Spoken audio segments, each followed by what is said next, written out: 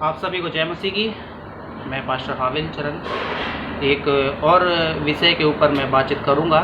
उससे पहले बातचीत करने से पहले आइए हम छोटी सी प्रार्थना करते हैं। हमारे जीवतेमान परमेश्वर पिता, हम आपका धन्यवाद करते हैं मेरे प्रभु जी।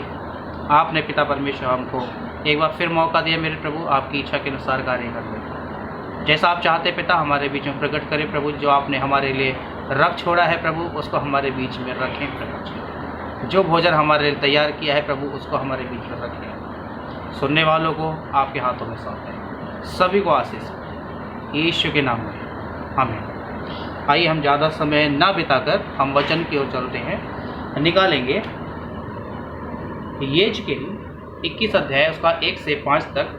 हमारे बीच में हमारी सहायता के लिए बहन मोनी है और वो हमारी सहायता करेगी पढ़ने के लिए। आइए हम वचन की ओर चलते हैं। यहोवा का यह वचन मेरे पास पहुंचा। हे मनुष्य की संतान, अपना मुख यरूशलेम की ओर कर और पवित्र स्थानों की ओर वचन सुना। इस्राएल के देश के विषय में भविष्यवाणी कर और उससे कह कि प्रभु यहोवा यूं कहता है, देख मैं तेरे विरुद्ध हूँ और अपनी तलवार म्यान में से खींचकर तुझ में से धर्मी और अधर्मी दोनों का नाश करूंगा। बस ये वचन आज के समय के लिए खास तौर से मैं समझता हूँ है। ये किसी पास्टर के लिए, किसी सेवक के लिए या किसी नए या पुराने विश्वासी के लिए नहीं है। यह धर्मी और अधर्मी दोनों के लिए बातचीत कर रहा है।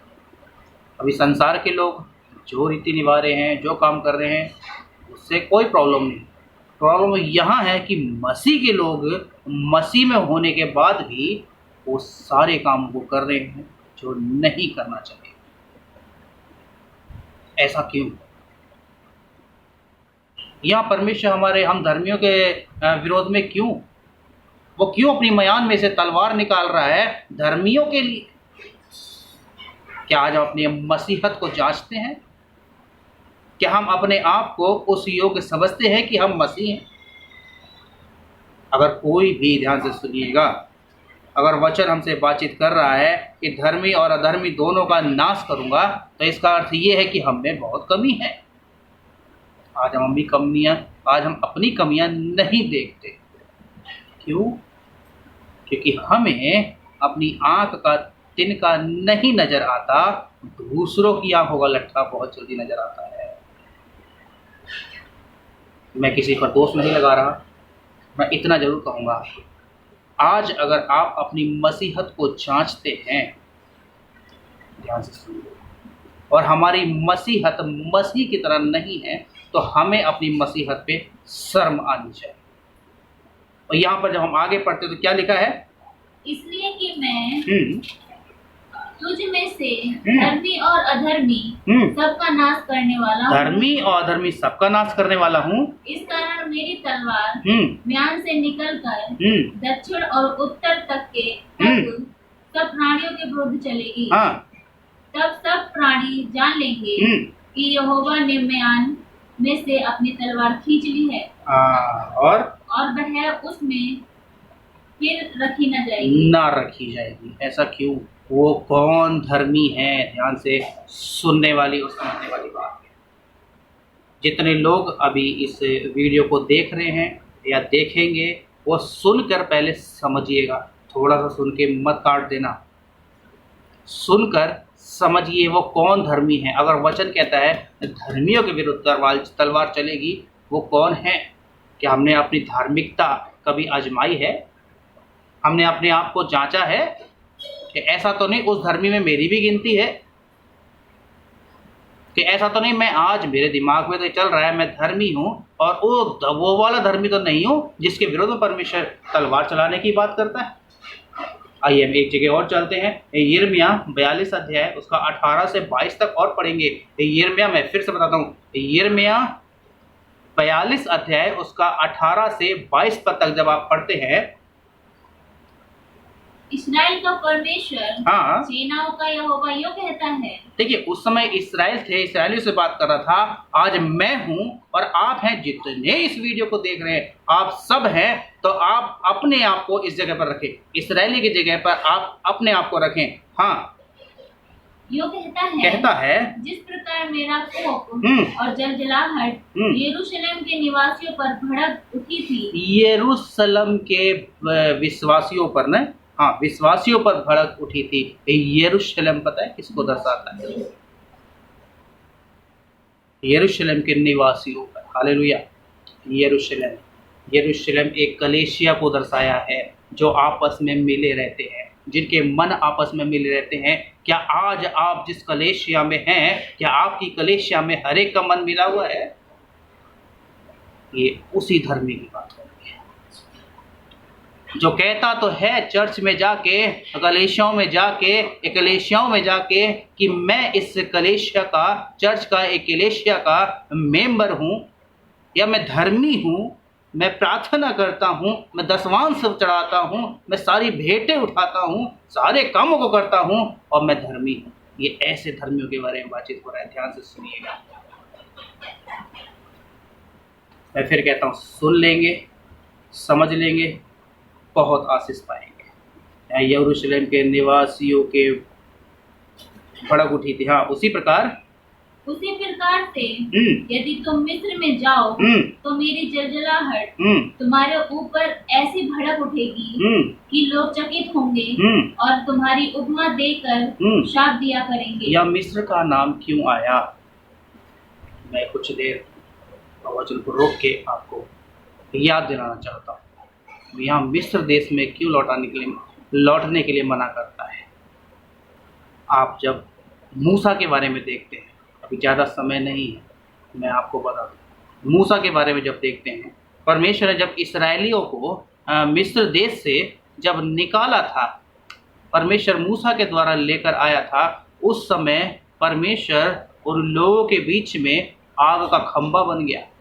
बताता है, वचन के तहत बताता है, समुद्र में से दो रास्ता हो गया। उसके बाद भी लोग कुड़कुड़ाए, मूसा से कहने लगे इससे तो अच्छा था कि हम वहीं रहते, कम से कम जीवित तो थे, अब तू तो हमें मरवा देगा। पर परमेश्वर की योजना को उन्होंने नहीं समझा। उस विषय के बारे में बताता है। आज हम में भी ऐसे बहुत से लोग हैं। मैंने पहले ही बोला था कि यहाँ 18 में जब शुरुआत हो रही थी, इसराइल का परमेश्वर सेनाओं का यहोवा, या इसराइलियों की जगह आप अपने आप को रखें। आज हम भी उसी ज़िंदगी में दोबारा जाना चाहते हैं जिस ज़िंदगी में इसराइली लोगों से परमेश्वर ने छुड़ाया था। जिस ज़िंदगी से इसराइली लोगों को परमेश्वर ने मिस्र से छुड़ाया था, आज हम भी छुड़ाए हुए हैं और आज हम मसीह में होने के बाद हम फिर से उसी ज़िंदगी में जाने की कोशिश करते हैं। वचन कहता है, यदि तुम मिस्र में लौट कर जाओगे तो मेरी जलजलाहट तुम्हारे ऊपर ऐसे उठेगी कि लोग चकित होंगे और तुम्हारी उपमा देकर शाप दिया करेंगे और तुम्हारी निंदा किया करेंगे। हम इन बातों को कब समझेंगे? याद करें वो दिन जब हम मसीहत में आए थे। याद करें वो दिन जब हमने यीशु को ग्रहण किया था। हमने कहा था, प्रभु मैं अपना तन, मन, धन सब कुछ तेरे हाथों में सौंपता हूं। और आप याद करें वो समय जब आप प्रार्थना में जाते हैं, कहते हैं, प्रभु मेरे द्वारा तेरी इच्छा प्रकट हो। जब परमेश्वर अपनी इच्छा आपके द्वारा प्रकट करना चाहता है तो हम उसको इनकार क्यों करते हैं? हम क्यों मसीहत में मजबूत नहीं हैं? हमें बनना है, मजबूत होना है, हमें बढ़ते जाना है, पीछे नहीं हटना। आज हम बातें तो करते हैं आत्मिक जीवन जीने की, पर हम सांसारिक जीवन जी रहे हैं। ऐसा क्यों? हम वचन के अनुसार आत्मिक जीवन क्यों नहीं जी रहे? रोमियो 8 का एक साफ साफ बताता है, अगर आप आत्मा के अनुसार चल रहे हैं तो आप पर दंड की आज्ञा नहीं। और आज हमारे ऊपर दंड की आज्ञा है। क्यों? क्योंकि हम वचन के अनुसार नहीं चल रहे, हम वचन के अनुसार नहीं जी रहे। ध्यान से सुनिएगा, कान खोल कर सुने, परमेश्वर का वचन हमसे क्या कह रहा है। ये वही धर्मी है जो मुंह से तो अंगीकार करते हैं, यशायाह साफ साफ बताता है, ये लोग मुंह से तो मेरा अंगीकार करते पर इनके मन काले हैं। ऐसे धर्मियों का वचन बताता है, उनके विरुद्ध मैं तलवार निकालूंगा, अपनी मयान से तलवार निकालूंगा और ऐसी तलवार चलाऊंगा और दोबारा उस तलवार को मयान में नहीं रखूंगा।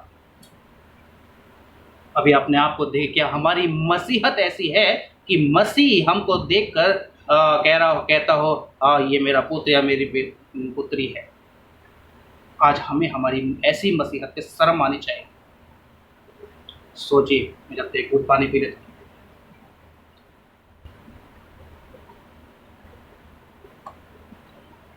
क्या हमारी मसीहत ऐसी है? क्या आज मसीह के समान हमारा प्रेम है? क्या मसीह की तरह हमारी सेवकाई है? या मसीह की तरह हम सेवकाई करते हैं, प्रार्थना करते हैं, आराधना करते हैं, उसके नियम के अनुसार हम ऐसा काम करते हैं? नहीं। आज जहां देखे वहीं आपको कुछ ना कुछ लालच नजर आएगा। आप जहां देखें वहीं कुछ ना कुछ गड़बड़ नजर आएगी मसीहत में। कलीसिया में आप प्रार्थना करते हैं, प्रभु मैं अपने पड़ोसी से प्रेम करूंगा। याद दिलाऊं कब? जब आप महीना का प्रत्येक संडे, पहला संडे आप जब प्रभु भोज लेने जाते हैं, तब आप कहते हैं प्रभु अपने पड़ोसी से प्यार करूंगा, प्रभु अपने भारत देश के लिए प्रार्थना करूंगा, प्रभु मैं अपने लोगों के लिए प्रार्थना करूंगा, प्रभु अब मैं पाप नहीं करूंगा। और उसी संडे की जिस शाम को अगर आपके पास पास्टर आकर पूछे, भैया जैसा आपने कहा था कि आप ऐसा कर रहे हैं? आप पड़ोसी से प्रेम करने की बात करते हैं, प्रार्थना से आने के बाद आप पति पत्नी झगड़ते हैं, पति पत्नी को मारती है, पति पत्नी को मारता है। ऐसी मसीहत पे शर्म आनी चाहिए। वचन कहता है, ध्यान से सुनिएगा, आप 22 में पढ़ेंगे, यिर्मयाह 42 का 21 और 22 दोनों पढ़िएगा। यिर्मयाह 42 का 21 और 22। देखो, हाँ, मैं आज तुमको बताए देता हूँ। देखिए, परमेश्वर की कोई गलती नहीं है। वो हमारा बाप है। उसने एक एक लफ्ज हमारे जीवन में व्यतीत होने वाला सब कुछ बता रखा है। वो आज फिर से बताता है। हाँ, देखो मैं आज तुमको बताए देता हूँ, परंतु और जो कुछ तुम्हारे परमेश्वर यहोवा ने तुमसे कहने के लिए मुझको भेजा है, उसमें से तुम कोई बात नहीं मानते। हाँ। अब तुम निश्चय जानो कि जिस स्थान पे तुम परदेसी होकर रहने की इच्छा करते हो, उसमें तुम तलवार महंगी और मरी से मर जाओगे। बहुत भयानक बात है। मैं फिर से आपको बताता हूँ, आप जितने इस वीडियो को सुन रहे हैं, आज जितने मुझ जैसे को सुन रहे हैं, वो सभी कान खोलकर सुने कि परमेश्वर आज फिर से एक मौका है, आपको बताए देता है किस बारे में, कि जो तुमको करने के लिए बोला जाता है वो काम तुम नहीं करते हो। ध्यान से सुनिएगा, परमेश्वर अपने दासों को आपके लिए इस्तेमाल कर रहा है, इसलिए ताकि अभी भी समय है। आज समय क्या है आप जानते हैं। आज महामारी, मरी और महंगी, ये सारी वस्तुएं ये सारी चीज़ें हमारे जीवन में व्यतीत हो रही हैं। आज का माहौल आप जानते हैं, ऐसी भयंकर बीमारियां हैं। कोई कुछ कह रहा है कि कोई कुछ कह रहा है, कोई कह रहा है बीमारी है नहीं है, पर लोग मर रहे हैं। मैं नहीं जानता किस कारण मर रहे हैं, पर वचन के अनुसार जब आप देखते हैं तो आज महंगाई भी है और आज मरी भी है, बीमारी भी है। ध्यान से सुनिएगा, आज जितना परमेश्वर आपसे बातचीत करता है उतना ही आप मानने के लिए इनकार कर देते हैं। कितनी देर तक याद रहता है? जब तक वचन चल रहा है, या आपके पास आसपास कोई पास्टर है, या आपके पास आज कोई आसपास कोई विश्वासी रह रहा है, उसके सामने तो आप विश्वासी बन के, एक अच्छे मित्र बन के, अच्छे व्यक्ति बन के, अच्छा व्यवहार करके आप दिखा देते हैं, पर आप उसको धोखा दे रहे हैं जो मेरा और आप हम सबका बनाने वाला, हम सबका बाप है। उससे बचकर कहाँ जाएंगे? साफ साफ कहता है, मैं तुम्हें बताए देता हूँ, जो कुछ तुम्हारे परमेश्वर यहोवा ने तुमसे कहने के लिए मुझे भेजा है, उसमें से कोई भी बात तुम नहीं मानते। मेरा काम था, परमेश्वर मुझे अगुवाई किया, मेरा काम था एक छोटा सा स्लिप बनाकर, वीडियो बनाकर मैं यूट्यूब पे डालूं, ताकि कम से कम एक व्यक्ति सुनकर तो, एक व्यक्ति तो सुनेगा, सुनकर एक व्यक्ति तो बदलेगा। वो ये तो सोचेगा कि वास्तव में परमेश्वर ने हमें क्या करने के लिए रखा है और हम क्या कर रहे हैं। कि ऐसा तो नहीं मैं इस गलतफहमी में हूँ, मैं मसीह को जान गया, मैं मसीह से प्रार्थना करता हूँ, दिन रात प्रार्थना करता हूँ। अगर इसी काम के लिए मुझे आपको चुना होता, ध्यान से सुनिएगा, यीशु यही सोचता कि मैं तो इकलौता पुत्र हूँ, मैं पवित्र हूँ, मैं तो जा रहा हूँ स्वर्ग राज्य में, तो मेरा और आपका क्या होता? सोचा कभी मेरा और आपका क्या होता? आइए एक वचन की ओर चलते हैं। यिर्मयाह 44 अध्याय उसका 2 पद से 6 पद तक और पढ़ेंगे। क्या बताता है? इस्राएल का परमेश्वर सेनाओं का यहोवा यो कहता है जो विपत्ति मैं यरूशलेम और यहूदा के सब नगरों पर डाल चुका हूँ वह सब तुम लोगों ने देखी है। आज हम सब देख रहे हैं, कई पासवान, कई पास्टर, कई विश्वासी जो मसीह में हैं, वो सब इसकी लपेट में आ गए। आज कोरोना महामारी के लपेट में बहुत सारे पास्टर, बहुत सारे दास लपेटे में आ गए। क्यों? डॉक्टरों का डॉक्टर हमारे साथ है। आज आप प्रार्थना करते हैं, डॉक्टरों का डॉक्टर हमारे साथ है, कुछ नहीं हुआ। क्यों होता है? यहाँ पर अन्य विश्वासी के लिए कोई बात नहीं लिखी गई है। यहाँ साफ साफ बताता है इस्राएल का परमेश्वर सेनाओं का यहोवा जो विपत्ति मैं यरूशलेम, ध्यान से सुनिएगा, यरूशलेम फिर शब्द आया, एक कलेशिया का फिर शब्द आया, ये समूह का फिर शब्द आया, यरूशलेम और यहूदा के सब नगरों पर डाल चुका। हाँ, सोचिए बीमारी किसके लिए है? अभी भी समय है। आप जितने बचे हुए हैं अभी भी समय है। अभी कुछ भविष्यवाणी पर लेकर चलूंगा आपको। आज बहुत सारी गलत फहमियाँ हैं। यूट्यूब पे कई आपने सिंगरों को देखा होगा, कई वर्शिपरों को देखा होगा, वो अच्छे अच्छे गाने, दुख दर्द के गाने, इमोशनल के गाने गाकर उनको ये लग रहा है कि पवित्र आत्मा हमें इस्तेमाल कर रहा है और हम परमेश्वर के राज्य में पहुंचेंगे। बहुत बड़ी गलतफहमी है। आज माहौल क्या चल रहा है हमें ये देखना है। आइए हम निकालेंगे मलाकी 8 अध्याय और उसका 11 पद को पढ़ेंगे, 10 और 11 पद को पढ़ेंगे। यहाँ पर क्या बताता है? या तो वचन गलत है या तो ये काम करने वाले गलत हैं। भी फैसला आपको करना है। मैं जानता हूँ वचन तो गलत नहीं हो सकता। मैं फिर कहता हूँ, मैं जानता हूँ वचन गलत नहीं हो सकता। गलत कौन है? जो वचन के अनुसार नहीं चलते। आज क्या चल रहा है मैं आपको बताता हूँ। अपनी इच्छा से नहीं, वचन से। आज जितने भी गलत फहमी में जी रहे हैं वो कान खोलकर सुन ले। पढ़िए सिस्टर, 10 पद को पढ़िएगा, 10 और 11 पद को ध्यान से सुने। मैं तुम्हारे पर्वों के उत्सव को दूर करके विलाप कराऊंगा। आज जितने क्रिसमस को महत्व देने वाले, जितने गुड फ्राइडे को महत्व देने वाले, जितने ईस्टर को महत्व देने वाले कि इस दिन मेरा प्रभु यीशु मसीह मारा गया, इस दिन यीशु ने जन्म लिया, इस दिन यीशु जिंदा हुआ, उन सारी पर्वों को महत्व देने वालों से मैं पूछना चाहूँगा, अभी क्रिसमस कितने हर्ष से बनाया था? अभी गुड फ्राइडे कितने लोगों ने मिलकर इकट्ठा होकर मनाया था? ईस्टर कितने लोगों ने मनाया था? बता सकते हैं? यह वचन क्या बताता है? तुम्हारे जितने पर्व हैं उनको सबको दूर करके विलाप कराऊंगा। फिर आगे बताता है मलाकी 8 अध्याय उसका 10 पद आगे बताता है, और तुम्हारे सब गीतों को दूर करके विलाप के गीत गवाऊंगा।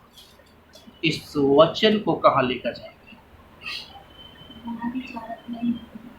मलाकी 8 अध्याय उसका 10 पद, आमोस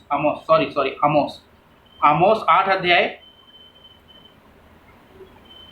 शायद उसमें आमोस की लिखा है, सॉरी मुझसे गलती हुई, सॉरी। हम सबसे पाप करते हैं, हम सबसे गलतियाँ, हम में कोई धर्मी नहीं। अगर हम धर्मी होते तो ईश्वर के साथ होते हैं। हम में कोई धर्मी नहीं, हम सबने पाप करते हैं। ध्यान से सुनिए, आज हमें सबको परमेश्वर के सामने घुटने टेकने की जरूरत है, पश्चाताप करने की जरूरत है। और यहाँ पर साफ साफ लिखा है, मैं तुम्हारे पर्वों के उत्सव को दूर करके विलाप कराऊंगा और तुम्हारे सब गीतों को दूर करके विलाप के गीत गवाऊंगा। मैं तुम सब की कटी में टाट बांधूंगा। हाँ, और तुम सब के सिरों को मुड़ाऊंगा। अभी सिर मोड़ना बाकी है, ये होगा। जितने प्रभु से, उसकी आराधना से, उसकी संगति से, उसके वचन से बैर रखते हैं, जितने आज परमेश्वर से दूर होते जा रहे हैं और संसार में आप नजदीक होते जा रहे हैं, संसार की चीजों के लिए, संसार की बातों के लिए आप नजदीक होते जा रहे हैं, उन सब के सर मुड़ने बाकी है, गंजे होना बाकी है। कैसे लगेंगे गंजे होकर? अभी मेरे बाल हैं, ये मैं गंजा लगूंगा तो बहुत भद्दा लगूंगा। हालेलुया। इन बातों को ध्यान रखना है। परमेश्वर का वचन क्या बताता है? ये उन धर्मियों की बात हो रही है जो वचन के खिलाफ आज जी रहे हैं, जो कई मनुष्यों को ईश्वर समझे बैठे हैं, कई पत्थरों को ईश्वर समझे बैठे हैं। यीशु को लोगों ने पत्थरों की तुलना दे दी, यीशु को लोगों ने कागज की तुलना दे दी। क्या कागज, कलर, पन्नी, ये सब चीज़ें ईश्वर हो सकती है? नहीं, मैं नहीं मानता। अभी आप 11 पद को देखेंगे।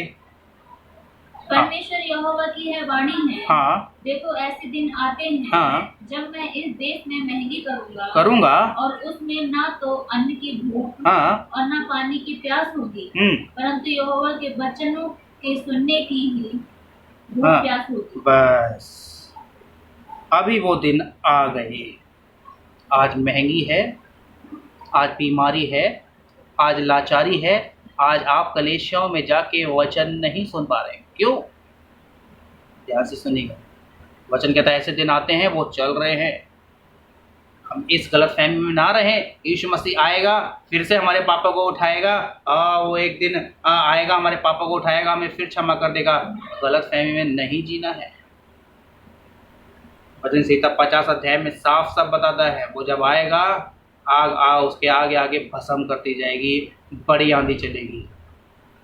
हम क्या समझते हैं? कुछ लोगों का कहना है यीशु आएगा पर वो हमें क्षमा कर देगा, वो दयालु है। आज हम परमेश्वर के दूसरे पहलू को नहीं जानते, वो जलन रखने वाला परमेश्वर। आज जितनी यहाँ मैंने आपको बातें बताई हैं, सारी बातें डरावनी हैं, भयंकर हैं। आप इसी में आमोस अध्याय उसका 8 और उसका 1 से 3 तक पढ़ेंगे। क्या लिखा है बहन? पढ़िए आमोस 8 अध्याय उसका 1 से 3 तक। जब आप पढ़ेंगे यहाँ कितनी भयानक बातें लिखी हैं, पढ़िए। परमेश्वर यहोवा ने मुझको यो दिखाया, हाँ, कि धूप काल के फूलों से भरी हुई एक टोकरी है। उसने कहा, हे आमोस, तुझे क्या देख पड़ता है? हाँ।